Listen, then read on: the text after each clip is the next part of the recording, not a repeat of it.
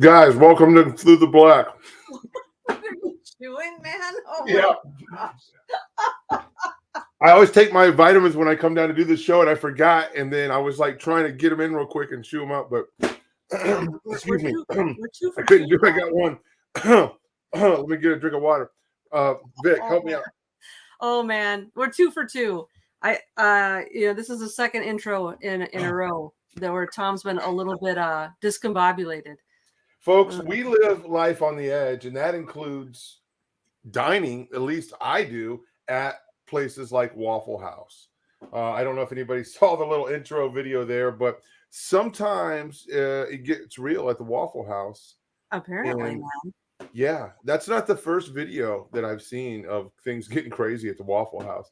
But Is there any context to that video? who Like, knows? Yeah, there probably is. Who knows how it started? They usually don't start recording until people start scrapping. They miss the beginning of it a lot of times, but yeah. anyway, hey, Man. those waffles are like heaven to me. So Oh man. yeah. Well, I've never been to a Waffle House, but anything with gluten in it, sign me up. Well, Vic, let me tell you, and I don't know how long this is going on, and this is not a commercial for Waffle House, but right now, for 50 cents, you can double up your hash browns. Oh, And I'll be honest with you, I don't recommend you do it. really? Gavin and I, we did it on Saturday morning, and we regretted it. But for 50 cents, we'll probably do it again. I mean, When you say you regret it, you mean that like in the Taco Bell sense you regretted it? yeah, Or like we were stuffed. We were like, oh my gosh, okay, that's a lot of hash browns. that's a lot of starch. Yeah. Well, it was the first meal of the day. You can burn it off. So, Right, on that stair but stepper for 3 yeah, hours. right. Yep. That I didn't do on Saturday, but Uh-oh. yeah. Well, you So, couldn't. hey guys, throughtheblack.com. That's the website. That's the place where you can go pick up some of our merch, our Ezekiel 8 clothing line, our apparel, based off of course, Ezekiel chapter 8 in the Bible, where Ezekiel is taken in and showing the deeds of the priest in the temple, the satanic acts that were happening in the middle of the night. And of course, our shirt, it is well with my soul. The hoodies are on sale right now, $5 off. The shirts are on sale, $3 off. So also, the gates of hell shall not prevail, and I will fight for you is another one. Is another one of the shirts. So, folks, you can go check that out through theblack.com. Don't forget about Vicky's book. They only come out at night.net. I think I got it right tonight. And our friend Colleen James has a book too. So The Lie Effect, which I believe is available through Amazon. We need to get a slide for her. I'm behind on. Yeah. I was just thinking anyway, guys, also at throughtheblack.com, you can go there and you can get signed up for the Out of the Darkness conference featuring Greg Reed, featuring Pastor Mike Spalding, Coach Dave Daubenmire. Hey, Vicky Joy is going to be there. Colleen James, Pastor Sean Carter is going to be there. Sherry Clausen from the Shatter Ops team, and the Shatter Ops team is going to be there. So ministry is going to be taking place. I'm super excited about this event, and I think this is going to be just a great opportunity for everybody that shows up. We want everybody to leave different. Okay, we want you to be changed. We want you to be changed. We want you to be charged up. Okay, in a holy way. Okay, just inspired by God's word and just by the teaching and training that's going to go on there. It's going to be some really, really good stuff. There's going to be lots of surprises and other people that are going to be there that I can't even talk about doing stuff. So yeah, it's going to be super cool. Speaking of speakers at the Out of the Darkness conference, there's actually one of the speakers is coming to my town this weekend on Sunday and speaking at the pro-life event, the annual pro-life march that we have downtown Mansfield. I just found out about this today. Evangeline Abafi, one of the speakers, happens to be relation to me, is going to be coming up to Mansfield, Ohio, and speaking at the pro-life event up here. So it'll be downtown Mansfield. I think it's around 2:00, something like that. But I know that we have some listeners that are local. So I just mentioned that. Come out and support the pro-life parade and the pro-life march in Mid-Ohio. There's people that do that. So anyway, Sweet. that's what I got. Awesome. All right, man. Well, I don't have too much to add to that. I think, did we mention, I think our buddy Kenny C is going to be there, maybe doing some worship stuff. Kenny C is going to be in the house. That is right. You guys can be praying for Kenny C. He's a little under the weather this week. He is under the weather. So, hey, speaking of Kenny C, and well, he is on our show Audiotopsy, but he's not going to be on this week. But just a little plug for that show. Those conversations, Vic, they always surprise me. And this week we're going to be talking about the song "Like a Stone" by Audioslave, and there's a lot there to dissect. So, guys, I'm telling you, maybe a lot of people don't listen to this. Actually, looking at the numbers, these are our least watched shows. Okay, which that doesn't hurt our feelings. We're just kind of doing something different. It could be for different reasons. Maybe people are like, okay, Friday night, I'm doing something different, which I don't blame you. But there's some good stuff that happens in these shows. Okay, so I just want to mention that. Try one out, and this week would be a good week to try one out, even though Kenny C's not there. Last week was good. Next week will be good. So anyway, Vic, last night we talked about how to identify a cult. And we went over a lot of stuff in triplicate, really. Just kind of driving the point home about what is a cult. A cult. I shared, I grew up and I thought everything else was a cult. I didn't know. I was like, I'll be driving down the road. My grandpa will be like, that's a cult. That's a cult. So, and now I'm like, oh, dude, am I like my grandpa? I try not to be. So we're calling for unity, and we don't want to call something a cult that's not a cult. Now, there are things that are cultish, okay, that send up red flags that are just kind of like, okay, they might have one of the things that we mentioned last night as a behavior or like a warning sign, and it doesn't necessarily mean that they're a cult, but we want to, it should raise a red flag. We should be taking a look at it and be like, okay, is there anything I'm missing here? Is this group in danger of getting weird? Okay. Yeah. Now, Vic, I'm not going to get into too many details, but I have seen, and you have seen, people, for lack of a better word, and I feel like I'm kind of softening it here, but I've seen people just crash and burn. I've seen train wrecks happen, and I'm like, okay, people start saying some stuff, and I'm like, I know what happens next. Yep. I know what happens next. You know what I'm saying? I do. And dude, and then sometimes it's like some people like start following a certain movement online. We're going to talk about that tonight. But it's like a train wreck that you can see coming like 10 miles away. Yeah. And after a while, you get good at spotting this stuff. You know what I'm saying? It's just kind of like automatic. I worked with Russ Dizdar for years, and his analysis was so sharp that I personally believe that a lot of times that he wasn't even engaging, like it wasn't even a spiritual discernment, but he was able to observe somebody physically and tell what was going on with them spiritually. Wow. Yeah, many times. And of course, he was able to see the things like he could look, into somebody's eyes and say, this person has multiple eyes or something like that. And I will say this, Russ has some things have slipped by Russ as well. And he's even said, he's like, oh, I didn't catch that. That. Wow. Okay. And Russ has got a lot of experience, right?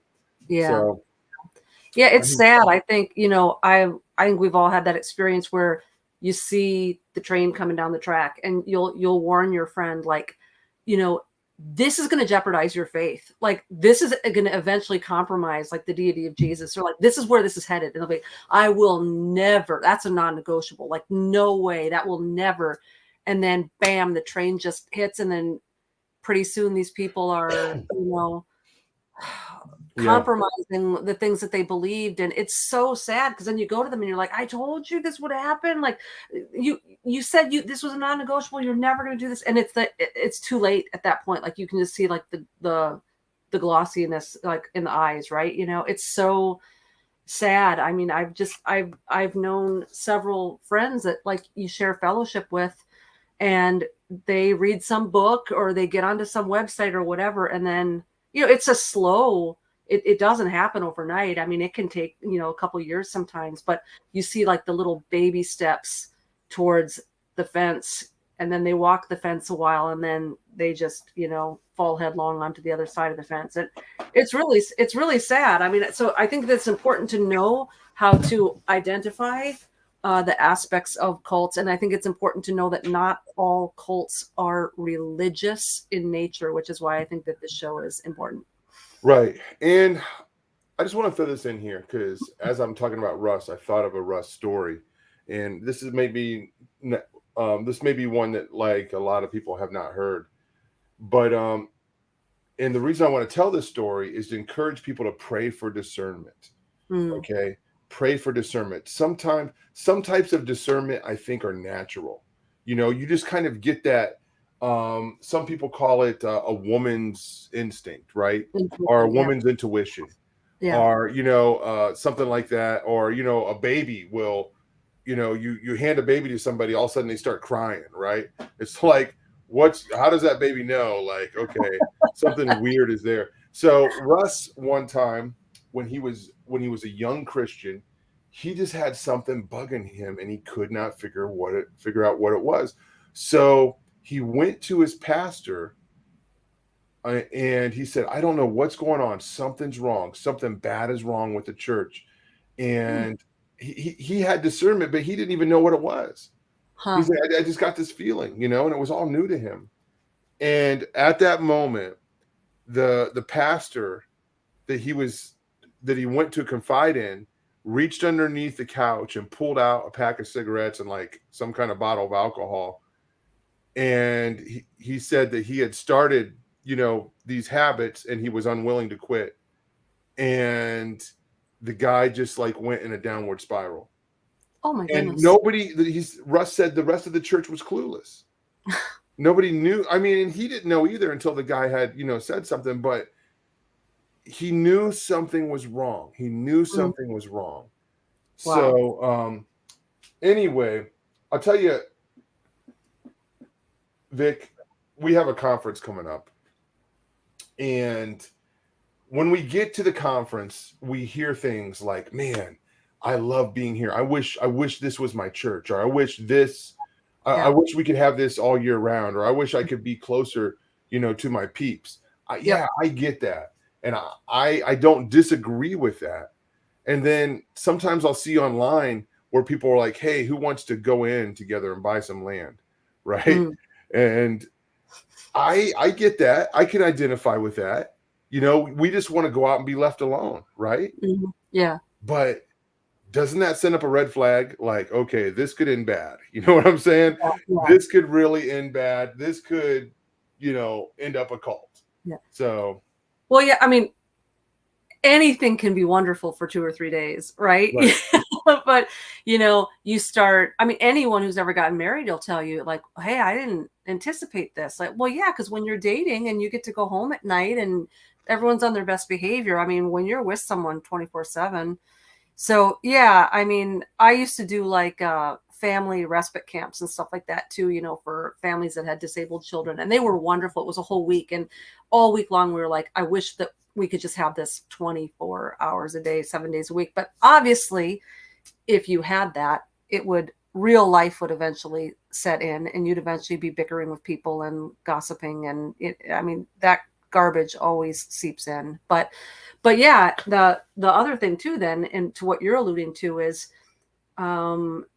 then organization kind of starts to take place, and the alpha males and the leaders and the what is that, like not the alphas but the type A personalities, it's you start to organize, and then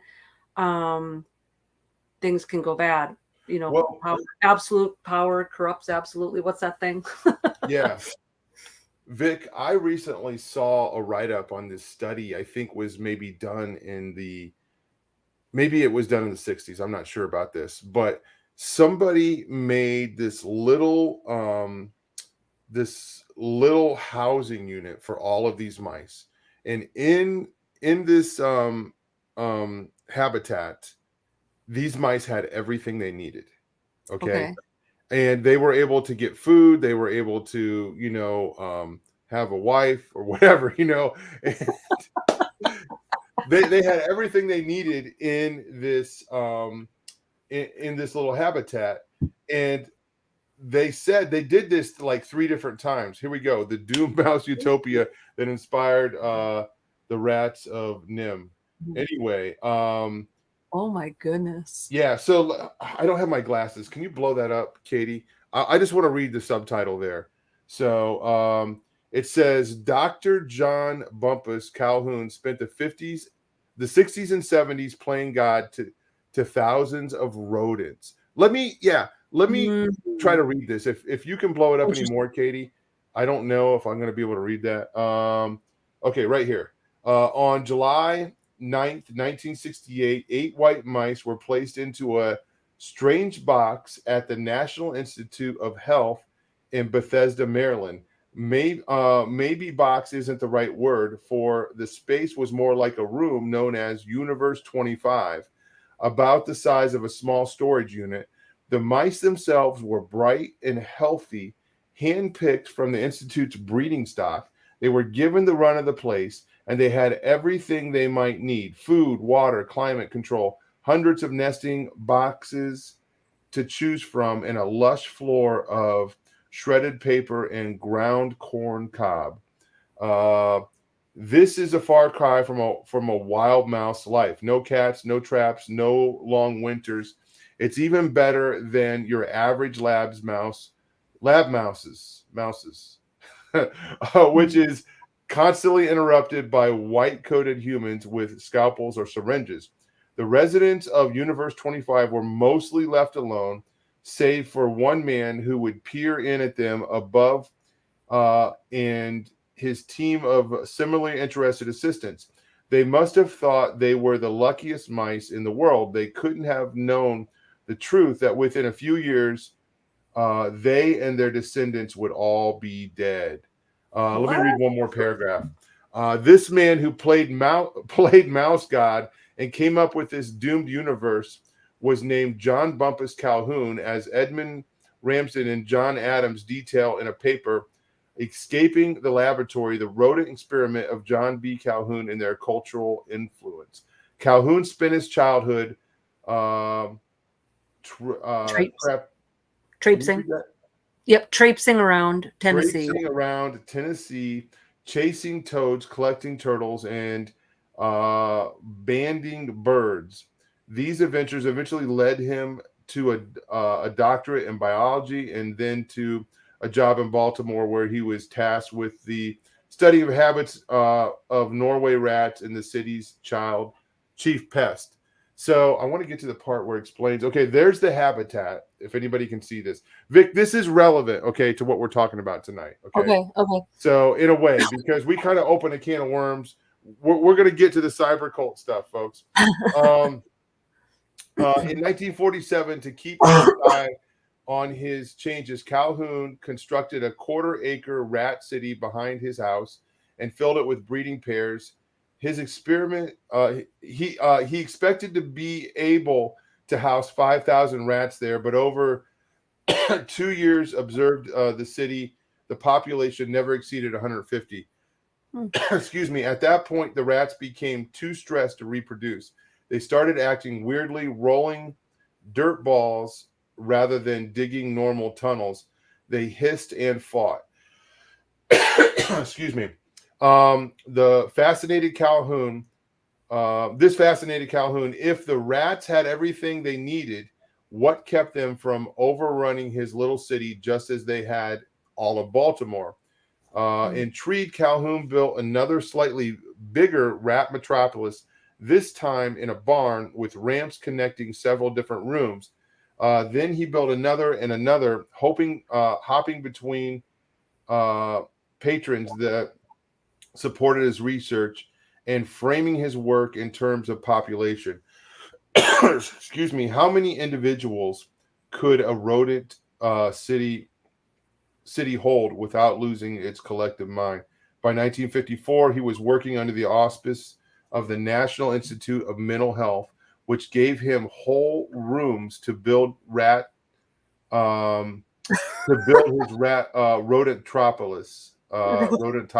rodenttopias. Some of these featured rats, while others focus on mice instead, like a rodent real estate. Excuse me, guys. Let me take a drink of water. Like a rodent real estate developer, he incorporated even better amenities, climbable walls, food hoppers that would serve 24 customers at once. Lodging he described as walk-up one-room apartments. Video records his experiment, show Calhoun with a pleased smile and a pipe in his mouth. Color-coded mice scurrying over his boots. Still, at certain points, each of the paradises collapsed. There could be no escape from the behavioral consequences of rising population destiny. Calhoun wrote in an early paper, even Universe 25, the biggest, best Mousetopia of all, built after a quarter century of research, failed to break his pattern. In late October, the first litter of mouse pups were born. After that, the population doubled every 2 months, 20 mice, then 40, then 80. The babies grew up and had babies of their own. Families became dynasties, carving out and holding down the best in cage real estate. By August of 1969, the population numbered 620. So basically, let me just read one more here. Then, as always, things took a turn. Such rapid growth put too much pressure on the mouse way of life. As new generations reached adulthood, many couldn't find mates or places in the social order. The mouse equivalent of a spouse and a job. I already said that, yeah.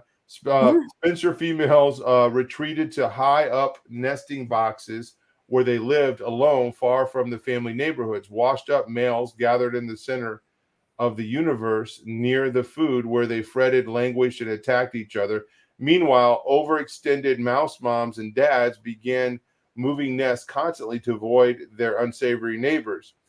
They also took the stresses out on their babies, kicking them out of the nest too early or even losing them during moves. So anyway, that you get the gist of that. When I read that, I was like, man, this kind of shakes up everything I know. Like, Yeah. Well, how close are we to mice, right? In our behavior, that the mice, in a way, they behave just the same way that humans do. Yeah. When we had everything they need, but they began discriminating against, certain mice, and it became, and I hate saying this, but I can't think of a better way to describe it: social Darwinism, survival of the fittest. Yeah. Well, this really does apply to what we're talking about, because if you really look at the motivation, I don't think too many people necessarily are desirous of joining a cult or even know that they are joining one to begin with. And so, you have to think about, well, what motivates people to join a cult? And a lot of times it is this sense of belonging, and all of my needs are being provided for, and I'm feeling like I have a community now, and decisions are being made for me, because there's a lot of people out there where they want that done for them, So Yeah. it's just interesting that, when you have this utopian kind of an idea where we're all gonna, whether it's like a communal situation or not, we're all gonna gather. We have this stuff in common. We're gonna have all of our, ooh rah rah, like get-togethers, and it's great. until it's not great, right? And eventually it disintegrates when power and corruption and Yeah. that stuff enters into it. Well, and real quick, shout out to Katie, the tech girl, who found that article so fast. It makes me Yeah, wonder, maybe she sent the article to me in the first place. I don't know how I found it, or maybe it's she actually possible. found it super quick. I don't know. But guys, show Katie some love, will you, in the chat? She really is the third member of every show, and just on the ball. Like I wonder if she's sometimes behind the scenes. Okay, like, oh, this is boring. Come on, give me a challenge, guys. Is this really? Come on. So That's right. but anyway, it's interesting, when we think of cults, we can think like we didn't mention a lot of this last night. The Camp Davidian David Koresh, okay, Right. and what happened there. Now, I think that the government could have handled that a lot better than setting the place on fire. That was a weird thing. There's no doubt that dude was messed up, but yeah, that's not good, but we're not getting into that right now. It's just interesting to me how that mouse experiment, was a lot like a little cult, right? Yeah. And I mean, before you know it, the leader of the cult is sleeping with all the women, right? And just all of this stuff. And we can look back in history, hundreds, thousands of years, and see cults and see them doing these exact same things. Okay, Yeah. a cult is not a new thing. No. I mean, we talked about religious cults last night. Okay, tonight, Vic, it's gonna be like cyber cults, and this is real relevant because here we are. We're in cyberspace right now, and let me start off by saying I sure don't want Through the Black to ever even come close to anything that would be considered cultish, right? Yeah. Yeah. We resist that. We renounce that. We stand firmly, on the Word of God, and we believe in the validity of Scripture and the truth of Jesus Christ and who He is, and the Trinity, and the Father, Son, the Holy Spirit, and all of those things. Okay, that Christians are supposed to believe in, and I take this real seriously. I'm thinking of a group out of Chicago, Illinois, and there's been some movies and there's been a lot of been a lot of exposure on this, but it was called Japuza, okay, and which stood for Jesus People USA, and they started out helping a lot of people in inner city Chicago, okay, and long story short, the mistake that they made is the people that they brought in off the street, they didn't separate them from the children. So they began to abuse the children, and then they had to cover that up and act like nothing happened. And then it was in some of the leadership here and there. The group is still around, and they're still connected to a Christian, rock band that's out there. I just, as much as I like their music from the past, I'm just not comfortable with these guys. I'm just kind of like, they've kind of ignored, this elephant in the room. But when I watched the documentary on them, I thought, man, okay, we have got to be so super careful about everything that we do. We don't know how people look up to us. Okay. So Vic, as we're getting into this, let's just you and I say right now that we don't have all the answers. I don't even think that I'm right all the time. I'm learning in this just as you guys are. Iron sharpens iron, okay? And I have confidence in a lot of things, and I can speak to a lot of things, and if need be, we'll call out the right people that need called out. And we'll call out cults and we'll call out other groups. But we don't want anyone to look to us as any higher than we are.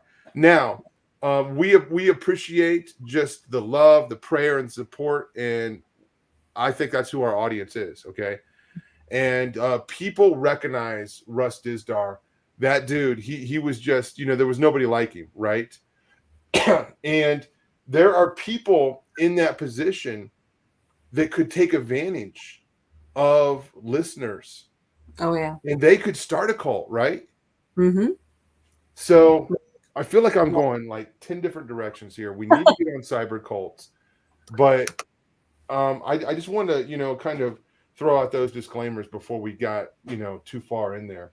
Yeah, absolutely. I've got a few disclaimers too, because this show could potentially step on toes, and so I just want everyone to know that we're talking about the infrastructure of what makes a cult, and there are Christian organizations out there, and it doesn't mean that people who are involved in these organizations are cult followers. It doesn't mean that the products aren't good or useful.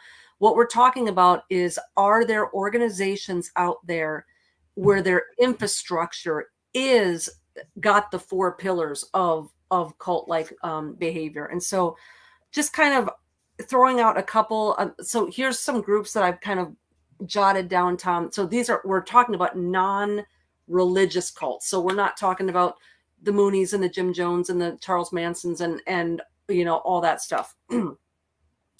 The cyber cults can be political. They can revolve around marketing, wealth, or financial freedom. It can be weight loss and nutrition. It can be a product or service. It can be self-help. There are lots of self-help cults out there, as well as cults that start out perhaps as a marketing scheme or as a product or as wealth, and then it turns into these cults that have more to do with like trafficking and different things like the Nexium. We'll get into that. But did you say fitness? Yes, health and fitness. Okay. I did. Yep. And so these are organizations that, even if they promote some sort of Christianity or some sort of religion, what they're touting to the people, what they're touting to their recruits isn't salvation. They're touting health, wealth, prosperity, that type of thing. That's the crux of why people are getting recruited. They're not getting recruited because they're looking for salvation or heaven or God. They're looking for the answers to happiness, which, according to the world we live in, comes from health, wealth, prosperity. So I'm getting those disclaimers out of the way, Tom, because I'm sure we might step on some toes tonight, and that's not the goal. And the goal is that we can, through discernment, learn to recognize non-religious organizations that are set up more for recruitment and sales and the wealth and power of the leaders, more so than in the benefit of the people who've been recruited. Well, yeah, exactly. Vic, I agree. And I want to say this, and I might bring it up again. I think in some cases that there are people that kind of show up, and it's almost as if they make a leader out of somebody that didn't want to be a cult leader. You know what I'm saying? I do. Yeah. And there's people that kind of gather around them, and it was never their intention ever, or they make it look, cult members show up, so to speak, to a group that's not a cult. Yeah. But it's not going to matter. Nobody's going to remember that, or nobody's going to know that, right? Yeah. Yeah. So one of the groups that we want to talk about tonight, and it's a group that I don't know a lot about, because I was never really interested in too much that they had to say, which is the Q movement. Yeah. I'm glad we're starting there. Yeah. So, Vic, I don't know a whole lot about the Q movement, but something just never sat right with me about it. Mm-hmm. Okay. What do you know about it? Let's talk about it. Yeah. So I agree with you. I do think that movement works. It's the same structure. So let's reverse engineer this, Tom, rather than looking at like the leader who is anonymous and what they're trying to do. Let's look at the results of the followers, because there are certain things that people who come out of cults always talk about. And in this case, and I'm not talking about the people that, it comes up in their feed and they read it and they're like, oh, wow, that's kind of cool. I'm talking about the people that went all in. It affects the personality. There's a whole unique set of vocabulary. There's acronyms, there's codes, there's mantras. Yeah, thank you, Katie. You've got personality changes to the point where people that don't agree with them, they cut those people off. I'm going to read some of these too.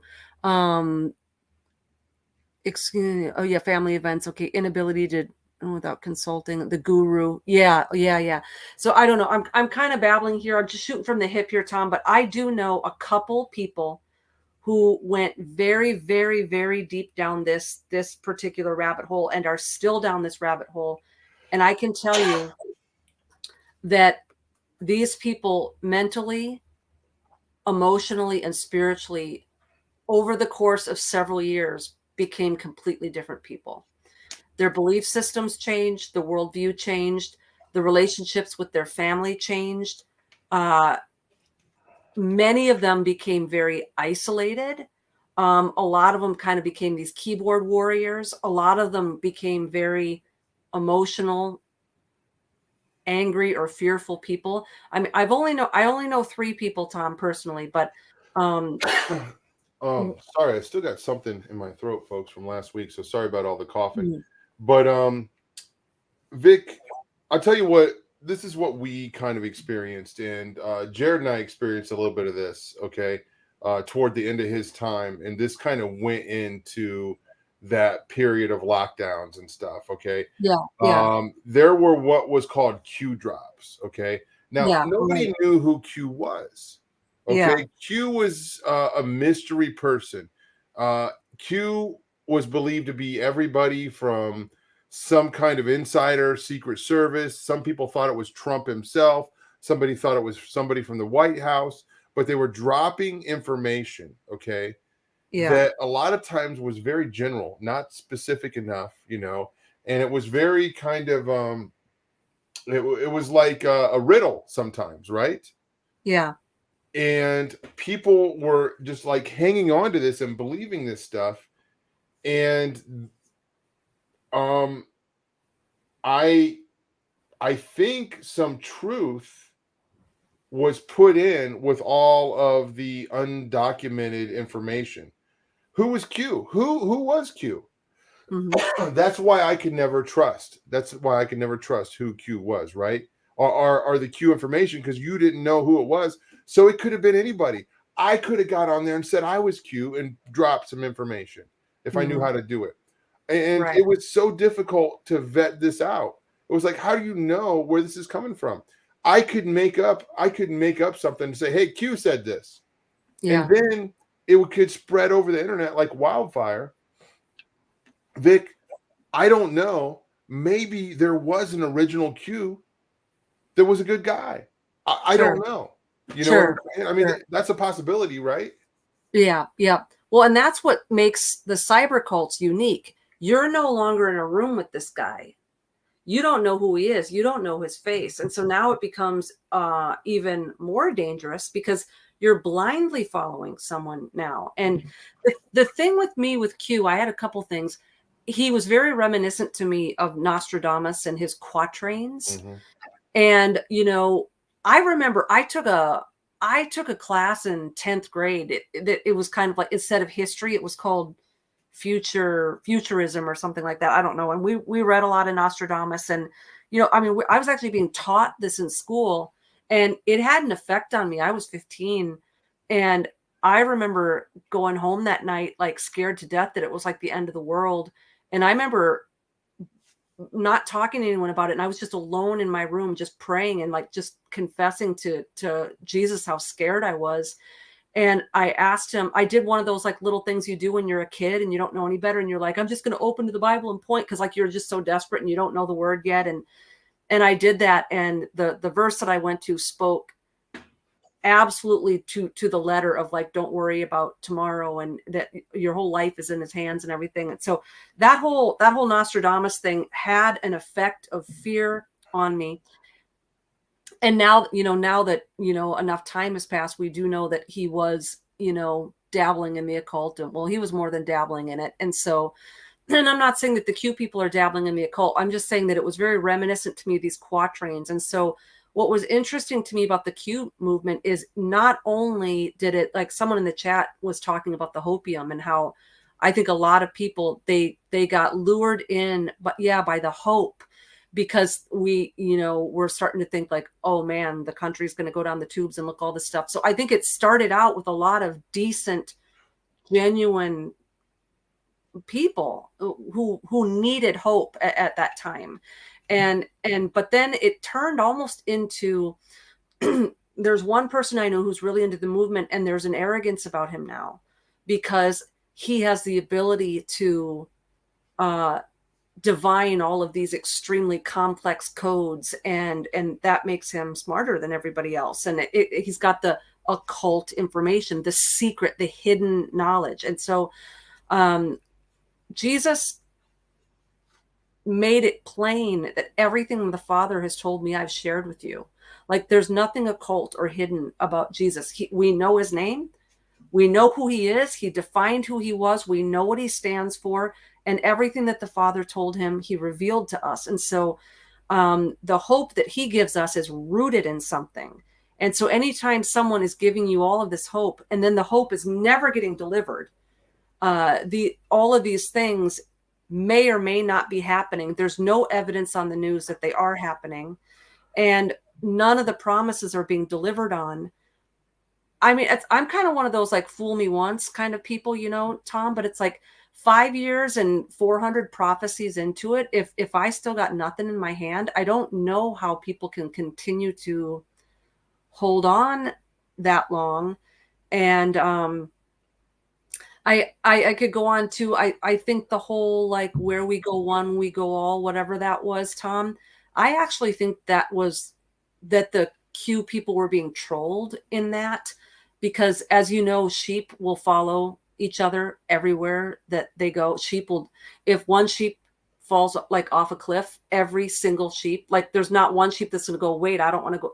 Every sheep will jump off that cliff after them. So I even think that where we go one, we go all was a trolling mechanism where they were basically leading people off the edge of the cliff and nobody was questioning it. They were all just blindly following. I think that they were trolling through that. Vic, I guess I just don't know what the whole thing is. So that's enough of a red flag for me that we can't trust it. Okay. I have been tricked by people that have been that I saw with my own eyes on video, okay, who weren't hiding behind a letter. Okay. So I remember years ago, I can't remember the guy's name, but there was this guy who was claiming that that the United States and Canada and Mexico were going to adopt the euro. And he said that there were crates of these euros already minted, and he pulled one out. He said, somebody sent it to me. And he held it up, and there it was. It was a coin. It was an Amero minted coin. And he dropped it on the table, and it made the sound, that a coin makes, like this. Yeah, okay, that didn't do it. Wait, hold on. Let me see if I can. Yeah, like that. Okay. And then, anyway, I saw that. And there you go. There's the Amero. Somebody had actually minted that just as like a souvenir coin, or anyway. And you could actually buy an Amero, right, if you wanted to. It had no value, but because somebody talked about it, somebody had printed these up or minted these up. Well, this guy, before anybody knew that, or before I knew it at least, I fell for it. And I told a friend of mine, I was like, dude, this guy was into finances and all this stuff. I was like, watch this video. Look what he's saying. He's saying that, here very soon that the United States, Canada, and Mexico are going to, they're going to go to this money just like Europe went to the euro. And Well, in the meantime, I figured out that that guy was lying and that the whole thing was fake. And I was like, oh, dude, I can't believe I sent so and so. I'm going to look like a moron now. And yeah, the guy got back to me a couple weeks later and he was like, yeah, this is bull crap, dude. And I was like, yeah, I already figured it out. But still, you know, yeah, there's more Ameros there. We all have, Tom. I mean, that's the thing with the inundation of information and how clever people are getting, and just even how the average person, like, I mean, there's people on YouTube that have like perfected putting together like these videos. There are a lot of con men out there. I mean, I've lost count of the videos I've watched over the last 10 years where I fell for it hook, line, and sinker. And then after a while, it was like, oh my gosh. I mean, well, Vic, and that's just it. hard. That story that I just told you, it was going along with some real research, with some agreements that when Bush was in office made with the president of Mexico at the time. So there was some real things happening. So that fake news looked real. Yeah. Okay. Yeah. And somebody took advantage of, you know, something that was happening in real life. So it's, yeah, I was fooled and I've been fooled, you know, many times. I would hope that I get better at getting tricked or deceived, but the deception gets better and better, right? Anyway, I mean, there's so much that we could say about Q. I don't know. I think that some things that they released in the beginning about some human trafficking stuff like that was real. Yeah. And then it's possible somebody hijacked that, right? We don't know if it's the original person.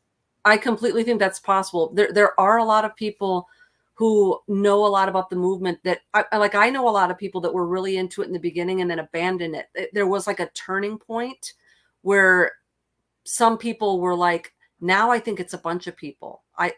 And then like there were some people that were like, it's Trump. And then some people were like, it's, you know, JFK Jr. back from the dead. And then other people were like, I think it's a whole bunch of people. And then there were people that said that the Q might stand for the qubit computer, the quantum computer, which can now oh yeah, I remember that. I thought it was computer. Because they can now, I think, determine the outcome of a situation down to 16 possible scenarios, which is pretty good. You know, so you've got a 1 in 16 shot of accurately predicting the future. And so like the one that seemed logical to me was they were trying out this qubit computer technology to see how accurately they could predict things. So I don't know. I've heard a lot of things, but I do know a lot of people that have fallen away from the Q movement that said that they fell away from it because they think that it changed hands and that it was not the original. So maybe that's so. I just had a feeling that something was not right there. There were a lot of people that I think were credible that put out really good content that just followed every move that Q made, and every time that there was a Q drop, this person would make a video and talk about it and analyze it, and there was a lot of hopium for years, right? Tons. Yep. And nothing ever came of it. So, Vic, so let's talk about this now. And there's other things. There's a lot of things we can talk about, but I think this kind of transitions into it well. During the end of the Trump presidency, okay, I think a lot of people agree with me that it was a stolen election and it was obvious that there was not enough votes.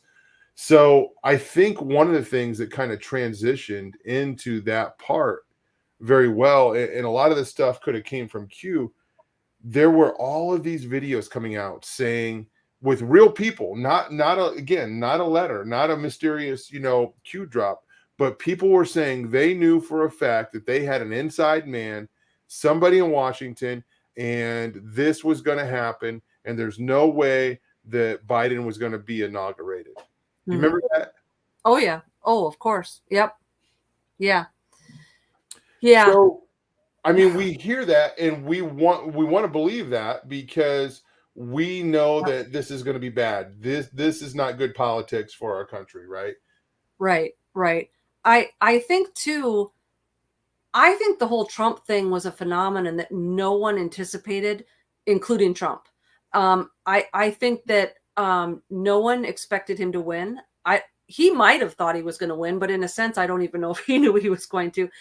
And he is a charismatic leader. And not saying that it's a cult just because you've got one of the aspects. He is a charismatic leader. And I do think, though, that there was a point, Tom, where he went from president of the United States to kind of like this Superman, where he was going to solve every problem in the world. He's going to fix every American's life, and every problem was going to go away, and he was going to get rid of sex trafficking, and he was going to lock up he was going to clean the swamp, which meant everything. And so I do think that there's a point where we, especially as a Christian church, I think we just put way too much faith in the ability of what one man could do to fix this mess. Yeah, I absolutely agree, Vic. And you know what? I want to say this in our defense. Here's the first president that came out and he was hated by both sides. Yeah. Okay. And not only that, he began fulfilling campaign promises. We'd never seen that before. Yeah. So we're like, what the heck is going on? Yeah. I mean, things that he said that he would do when he was running, he actually did them. Yes. And we're like, this is the most amazing guy we've ever seen in our lives. We've never heard of a president that's done this before. So, I mean, he could have done half as much as what he did. Okay. Yeah. And and we would have thought it was great. Then also, I think something that contributed to it were just the ridiculous lies about him. So it made us run to his defense even more, and it made us feel like we had to defend him and lift him up even more. Does that make sense? Yeah, absolutely. Yeah, it was crazy. And I do think that there's an interesting aspect of American psychology. We love an underdog, and it's reflected in all of our movies and our fiction, and even the way we romanticize people as heroes that really shouldn't be heroes, like Jesse James, like, I mean, we romanticize that, and because we like the underdog, the one who fights the system. And so I think that everybody hating Trump fueled his popularity amongst the peasants, right? Because we love an underdog. And so I don't know if that was part of the plan or part of the game, but it certainly added fuel to this loyalty that, according to what they say, 80 million Americans, supposedly voted for him. And so we haven't really had that kind of patriotism in this country for a president since, well, I mean, probably on the left, I think they felt that way about Obama, and we probably haven't felt that way since, the Reagan years. Most people loved Reagan. I was in third grade, so I probably wasn't thinking anything, but I voted for Carter, but I didn't know what I was doing. I was only 7 years old. So anyway, Vic, even though this is like what we're talking about now would be considered a political cult, it existed in cyberspace, right? That's probably where most of these the lies were propagated, and the defense happened, and the fights, and the division, and the censorship, and all of these things took place. And we would say that the other side was a cult. The people that were, saying things that weren't true, that were believing things that weren't true, that existed in cyberspace. Of course, they used their ability, like Twitter and Facebook, to censor things digitally, okay, and use their power to try to control the election. So all of this stuff is relevant, but I remember watching the Owen Schroyer show, and he had a guest on, Steve Pachinik. Okay, Steve Pachinik, he wrote a book. He was an insider, but here was a guy, flesh and blood. You can see the video, and this is a guy I've watched for years. He was credible when he would tell things before they happened, and he had a good track record. Okay. So he came out in November of whenever the election was, 2020, and he said, this is what's going to happen. He said, Biden's never going to get inaugurated. And he's like, I will bet you this, I'll make a bet with you. If I'm wrong, I'll come on and apologize, and I'll never come on your show again, all this stuff. I mean, he was putting a lot on the line. He really believed this was going to happen. And I was like, wow, this guy he's really connected. He knows this stuff. And I told people about it, and I was like, it was more hopium. And I don't know where he got his information from, but stuff like that was spreading like crazy online. Cyber, misinformation, and people were hitting that like a crack pipe. Okay. Yeah. And what? I was, I'm not going to act like I wasn't one of them, but at the same time, I've learned to be like, okay, the proof is in the pudding. The proof is in the pudding. We'll see if it happens or not. Okay. So there were other things going on at the same time. But anyway, I hope we're not getting too far off the track. I think all of this is relevant because we are talking about Q and, all these things. So yeah. Those are the tough ones, Tom. Those, because like the people that are loyal to Q and loyal to Trump, those are some pretty big toes to be stepping on. And like I said in the disclaimer, we're number one priority here tonight isn't to trash certain people or make people who believe certain things be belittled. We're simply using examples as a way of, we've got to discern. Our charismatic leader, our guru, is Jesus Christ. And so anything here on earth is way beneath that. And we take that stuff with a grain of salt because we can be deceived. Things cannot be not as they appear. People can change. We're just trying to set the definition here of what defines cult-like behavior, because we don't ever want to get sidetracked in a movement that takes more of our time, our affection, or our devotion than the movement we've already dedicated ourselves to, which is Jesus Christ. Well, in a way, I'm kind of glad it happened the way that it did. And I'm okay with being fooled if I can learn from it. You know what I'm saying? Absolutely. And yes. if it can teach me something, and we hope that, right? Yes. That we won't get, that we're not going to get fooled again. And so it's something that I really think that we have to be aware. Keep in mind, there's going to come a day when the Antichrist is going to show up, and the church as we know it is going to roll out the red carpet for him. Okay. Yep. So, as Russ would say, we are living in the most deceptive time in human history, and it's only going to get more deceptive in 2023 and 2024. Okay. So it's just gonna, the lies are going to increase. And I think I forget that because I can see the lies have never really been as blatant as they are, but there's more than what we see. Okay. Now, I'm not one of those guys that just thinks that there's a twist to every single thing. Okay. Maybe, and there can be, but I did want to bring this up real quick because we're talking about Q. So let me backtrack a little bit because I remember what I'm trying to say now.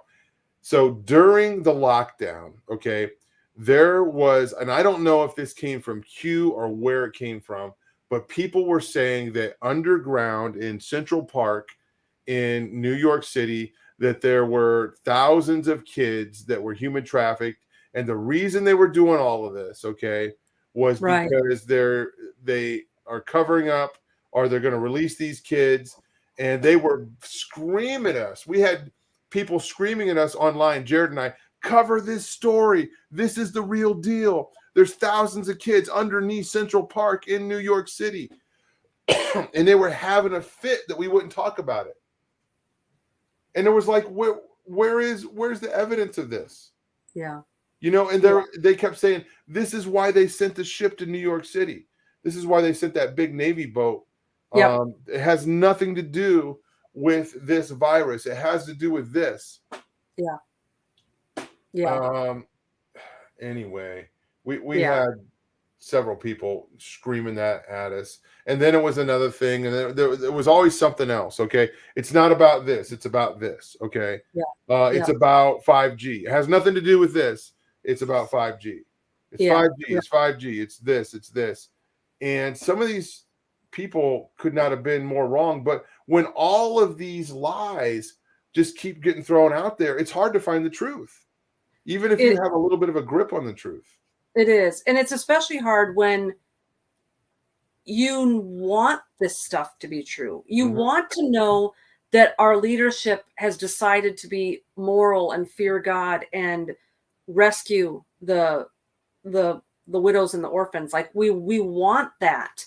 But that longing inside of us, that desire we have for some man to come and fix it all, that's the birth pangs that we read about in Romans.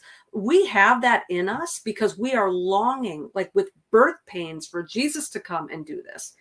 So when we have someone come along before he comes and say, well, I can do it too, we sort of lose our minds and think like, oh yeah, somebody other than Christ is going to come and do this first. And there's all the stories too, Tom, coming around the same time, that every single rotten scoundrel in DC or Hollywood you could possibly think of is getting rounded up to Gitmo, and they've all been executed. And I don't know how many times some of these same people have been executed over the course of the last 15 years. I mean, how many times can you execute? And their clones are out there, right? Yeah, I guess that's it. So, and it's like, I think where Christians are vulnerable is whether we realize it or not. We do have a desire for Christ to come and fix all of this. And I think then we are susceptible when we see hints of that happening. But what's missing is the wrong guy is on the white horse. The wrong guy's on the white horse, guys. This isn't going to be the end of corruption on a global scale. That's what Jesus gets to do. When he died and rose from the dead and got the keys to death and Hades, he won the privilege of getting to be the guy that does that. And anybody who says he's going to come in on a white horse with his red cape and fix every evil, horrible thing in the world, it sounds great on paper, but it's not going to happen. We can make progress. Yeah. We can make progress. This is good advice tonight. And, 39, 40 people in the chat right now, hundreds in the archives listening in the next week. We just want to encourage you, okay? Be very careful who you trust. And I would say even including us. Yeah. We've reported on some of these things. We try to be careful about what we reported on. We had people begging us, and we get people, guys, I get sent stuff all the time. Tom, cover this. Tom, cover this. Hey, here's a story. Here's a story. And one, I don't have time to go through them all. Okay. Mm-hmm. Two, a lot of the ones I get sent are not legit. Okay. Mm-hmm. Three, they could be true, but I don't have any way to vet it out. And I got to be careful. It's kind of funny, and I don't know what happened with Tom Hanks, okay? Right. But there sure as heck were a lot of rumors about that guy that we don't know if we're true or not, okay? Right. I hope they're not true. Am I open to the idea that they are? Yeah, but we need a little bit more evidence before we defame somebody, even if they are some kind of a celebrity, you know what I'm saying, that we think should fall into this, category. I feel like Harvey Weinstein and Jeffrey Epstein are just, they just want to throw us a bone, so to speak. And there's bigger fish out there. Now, Harvey Weinstein is a pretty big fish, but and he had power. but look who he was hanging out with, you know. Yeah. Yeah. There are people that, you know, that I've said things about that I probably shouldn't have said things about. If you look in those first 20 episodes of Through the Black, you know, there's a certain doctor that I said I didn't trust, you know, and who has his own TV show. But anyway, we got to be careful who we accuse, okay, and who we trust. Okay, there's accusations made about certain preachers. There were accusations made about Russ. Vic, in the last couple years, Russ and I had accusations made about us. Mm-hmm. So let me tell you this. It was kind of crazy, but somebody made some crazy, very damaging accusations about us, and they reached out of state to another ministry that ministers to SRA survivors. It turns out that that guy happened to know me, and I just happened to meet him. Out of all the people in the United States, I met this guy, and he called me up asking me some weird questions one day, and then basically said, okay, you passed the test. And then he told me what happened, and he said, this person made accusations about you and Russ. Mm-hmm. And I was shocked. Well, I didn't do it, but one of our team members went and confronted this person, and they admitted that they had made that stuff up, and they did it for attention. Wow. So, but if those things would have, you know, caught the ear of the right person, Mm-hmm. you know what I'm saying? The damage that could have been done. So, and that can happen anytime, right? So it's kind of crazy. And you know, they would love to do something to me or to Russ. They tried to. The one guy tried to, and Hagman and Quayle sued this guy on Russ's behalf. Won like I don't know how many thousands of dollars lawsuit on this Daniel guy out of Australia that was defaming Russ. Wow. And I called him out immediately because I know Russ personally. I knew these things weren't true, but anyway. Yeah.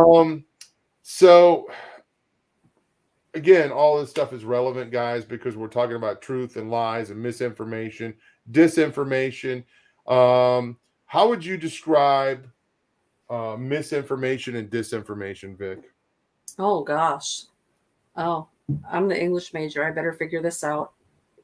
Well, let me help you. I'll tell you this. This is what I think. Okay. And I don't know what I'm looking at there. It's too small. I'll have to blow it up for me. So, Yeah. okay, this is the lawsuit. Okay, yeah. Daniel John Lee, and the judgment. Yeah, I mean, that's the judgment. And you guys can probably look that up, check it out yourself. But anyway, Wow. yeah, that's Wow. the judgment in that case. Wow. So anyway, misinformation. How would we describe misinformation? Is, I would say, more of like a mistake. And now, am I wrong? I don't know. Like, Okay. I'm misinformed. Okay. Okay. But disinformation is put out there purposely. Is that right? That makes total sense. So if I tell you something and it's wrong, and I don't do it intentionally, that's misinformation. Yes. That makes sense. Incorrect or misleading information. It differs from disinformation, which is deliberately deceptive. Okay, good. I was right. Yeah. Okay. Yep. So keep that in mind. We could very easily give out misinformation. We would not do it intentionally. Okay. Right. Correct. But there are lots of people that are putting out disinformation, and they're doing it intentionally to deceive. And there's been tons of stuff said about us. Okay. And it'll continue to happen. That's just, you know, par for the course, right? Yeah. But anyway, back to the cyber cult. Anything else you want to say about any of these groups, or a different group? There's a lot to talk about. I really want the listeners just to be aware, okay, and to be careful. cults operate within cyberspace. So, that includes Mormons, Jehovah's Witness. So, in a way, it makes them all cyber cults. But we're talking about these, specific things, Vic. Yeah. Well, and even just there can be the the internet, and specifically social media, is being used as propaganda vehicles for a lot of these groups too. So the social media in and of itself isn't the cult, but they are becoming sort of like the advertising wing. And so I'll give you one like little example. Well, I'll give you two examples. Tumblr in particular is a massive storehouse of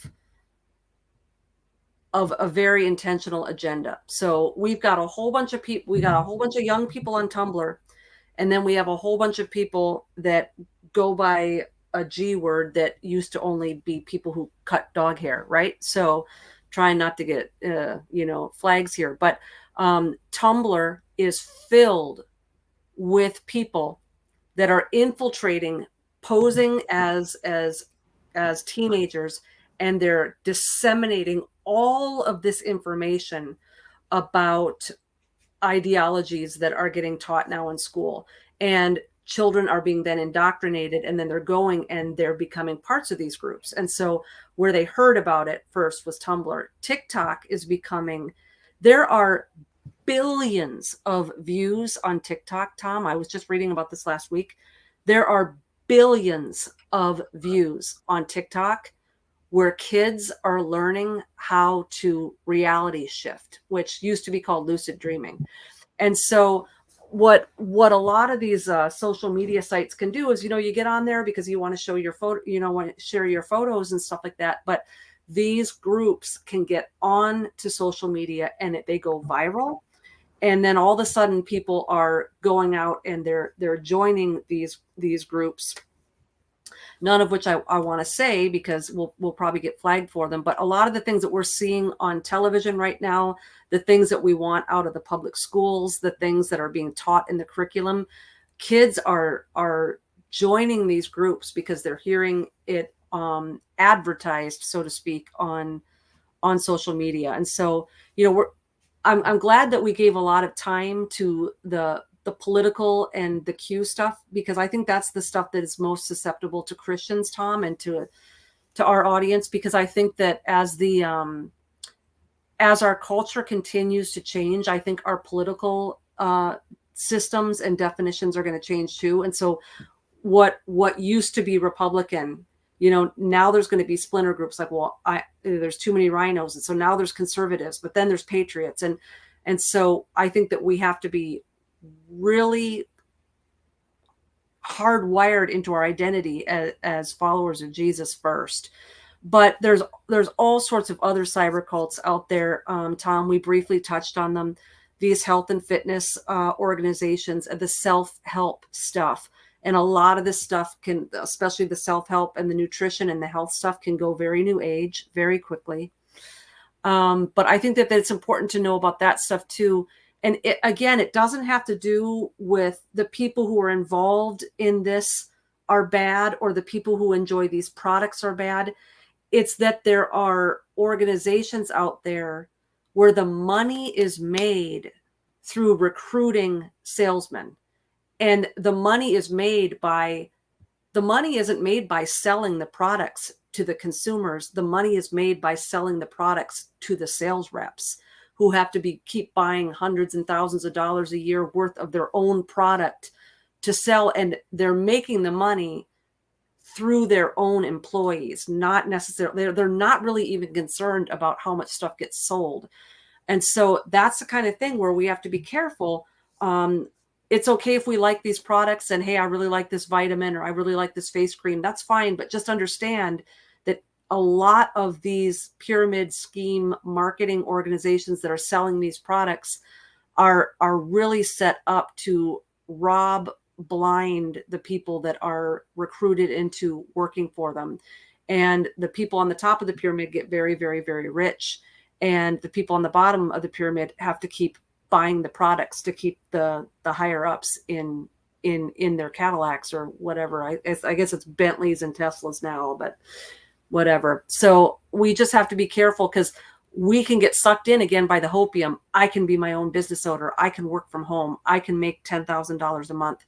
These are things that, as believers, shouldn't be top priority for us. We're going to have our needs met by Christ. This whole getting everything overnight, that stuff should be a red flag to us. Yeah, I agree. Vic, there's just so much to cover. You know what I'm I know saying? it's too big of a topic. And I'm just like, I'm overwhelmed with like, okay, I want to make sure people get this. And if anybody has been, you know, pulled into this, whether it's the Trump cult or the Q thing that was happening, there's no judgment from us. Okay. Now, personally, I supported Trump. I voted for Trump. I went to a Trump rally. Okay.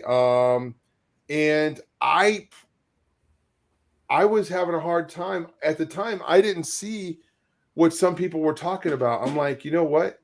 I'm not seeing what you're talking about. And I went and I observed, and I'm looking around, and I'm like, these are people that just love freedom. And that's what Trump was selling. Okay. But the idea, you know, I was talking to Coach Dave last week, and we were talking about this very briefly. And of course, Coach Dave was a big Trump supporter, and I don't think there was anything wrong with that. Trump was the first time that I voted an election in a long time, okay? Because I believe all the other people were globalist, okay? And I don't mean to get political, guys, but you know, this is relevant. What I'm trying to say is we don't think that if you voted for Trump that you were part of a cult, okay? Right. Now, Right. I think that there have been some deal breakers that's going to make it very hard for me to support Trump going forward. Okay. One of them is his big support of a certain jab. Okay. There's just been too many people that have been harmed by that, and his refusal to admit that he was tricked. Now, again, he was not a doctor, scientist, or anything like that. I think he was tricked. He trusted the smartest people, but it's not good, right? But if it comes down to him and the other person, yes, I would definitely vote for the other person, or for Trump again. So excuse me. But Vic, there's so much to cover. I want the listeners of this show to be stronger, okay? And I want to be stronger myself. And we just kind of take all this as a learning experience. All of these things. I mean, come on. Is anybody going to say that they've never been tricked by anything, right? I've been there. I sold knives out of high school. I sold Cutco cutlery, and I was 18 years old, and I thought, wow, dude, I can do this. This was cool, and it, you know, that fire burned out pretty quick. But that back then it wasn't online. There was no such thing as online, right? So, but you know, that's the way, you know, all of these multi-level marketing, you know, opportunities or schemes or whatever work. It's always the other people that seem to be making the money, and they're always put, you know, prosperity. It's like the prosperity gospel is what they're pushing out there, and they're talking about all of these, you know, crazy cars and all these things that you can have. So, and a lot of times it's a real good product. Right. You know, the knives I sold were top of the line knives. They were better than anything. Okay, I could tell you what the handles were made out of and what the rivets were made out of and the steel and, you know, all that. They were great products, but They weren't designed to make you rich. It was designed to make them rich, right? But Right. anyway, and there's people that have that have had success with it, but most people are not going to. Mm-hmm. But yeah, I don't know, Vic. There's so many things that we could talk to, and I feel like I'm stalling here. I want to make sure that we cover it all. We cover everything. Um, I Oh, want us to be stronger. This is a learning experience as we go forward, and with the political cults, with the Q cults, all of that stuff, the online, all of those tricks, even like you were mentioning, some fitness stuff. Um, it's so hard to find the truth. yeah. Okay, because when you find somebody who's legitimate, you could probably find 10 videos saying why that guy's not legitimate, and it could be misinformation or disinformation. Yeah. So Yeah. we really have to be diligent in doing our homework and studying. Okay, as we say, don't take our word for it. Search it out yourself. God's word is the ultimate authority. Yeah. I was going to say something similar. All of the answers to community, belonging, fellowship, healing from our wounds, prosperity, success, health, it's all in the word. And what's not in the word, the Spirit guides us. And, we were fearfully and wonderfully made. Our bodies were made to be healthy. God designed our bodies to heal itself and to be healthy. Now, there's things we can do to abuse it, but we do not have to, in this search for this beautiful, like, let's keep this young, sexy 20-year-old body and into our 50s. Maybe our priorities are off, but if we want health, we really have to allow the Spirit to be a part of that journey, because Tom, I cannot believe how much of the health and fitness world has been taken over by new age practices and things that seem innocent and just seem like an exercise or and so much of it is you're actually participating in spiritual practices and things that can conjure. And it is so dangerous even to just go online and take counsel from people that you haven't vetted. We truly do need to test all the spirits, and especially when it comes to our health. We've seen in the last few years that our health is not safe if we just blindly follow what we're being told to do. And so we need to just understand that a lot of these things that we're seeing online are dangerous, and they can lead to dependencies and admiration for charismatic leaders and their products or whatever sort of system they're selling. And Tom, I've seen people spend tens of thousands of dollars on products and DVDs and classes and conferences, only to find out at the very end that it was all just shallow or empty. And so, I mean, even just our finances are in jeopardy. We've got to just make sure we are really taking care into the people that we are admiring and hanging on every word that they're saying. I would. I don't know why I'm getting an echo right now, but pray about it. Ask God for guidance. Look to His Word. Okay, we test the spirits. We've talked about that. We did a show on that recently, on testing the spirits and how to know what's legitimate, what's not. Okay, folks. All of these shows that we've been doing over the last few months are not meant to be exhaustive. Okay, they're meant to get you started down the right direction. In order for us to unpack this, we would have to do a week on every one of these things. We're trying to cover a multitude of topics and do a somewhat good job on exposing them and just giving enough information, hopefully, to get you guys out there headed down the right way.